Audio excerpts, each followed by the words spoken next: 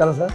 ಇವತ್ತು RSP ಪ್ರೊಡಕ್ಷನಲ್ಲಿ ಹೊಸದಾಗಿ first ನಿರ್ಮಾಣ ಸಂಸ್ಥೆ ಆಗಿದೆ. ಇಲ್ಲಿ ಲಕ್ಷ್ಮಿ ಅವರು ನಿರ್ಮಾಪಕರಾಗಿಯೂ ಪ್ರಭಾಕರ್ ಅವರು ಡೈರೆಕ್ಟರ್ ಆಗಿಯೂ ಇದನ್ನು ನಿಭಾಯಿಸಿದ್ದಾರೆ. ಉಸಿರು ಟೈಟ್ಲು ಇಂಥ ಅದ್ಭುತವಾದ ಟೈಟ್ಲ್ ಇಟ್ಟಿದ್ದಾರೆ ನೋಡಿ. ನಾನು ಈಗ ತಾನು ಒಂದು 2 ಸಾಂಗ್ ನೋಡಿದೆ. ಒಂದು ಕ್ಲಾಸ್ ಇದೆ, ಒಂದು ಮಾಸ್ ಇದೆ. ಅದ್ಭುತವಾಗಿದೆ ಸರ್. ಇತ್ತೀಚೆಗಂತ ನಮ್ಮ ಕನ್ನಡ ನಿರ್ಮಾಪಕರು ಯಾವುದೇ ಒಂದು ತೊಗೊಂಡು ಬಂದಾಗ ಭಾರಿ ಚೆನ್ನಾಗಿ ಮಾಡ್ಕೊಂಡು ಬರ್ತಾಯಿದೆ. ಟೆಕ್ನಾಲಜಿ ಬೆಳೆದಿದೆ. ಕನ್ನಡ ಚಲನಚಿತ್ರ ರಂಗದಲ್ಲಿ ಇವತ್ತು ಹೊಸ ಅಧ್ಯಾಯ ಸ್ಟಾರ್ಟ್ ಆಗಿದೆ. ಇವರೆಲ್ಲ ಹೊಸ ನಿರ್ಮಾಪಕರು ಬರ್ತಾಯಿದ್ದಾರೆ.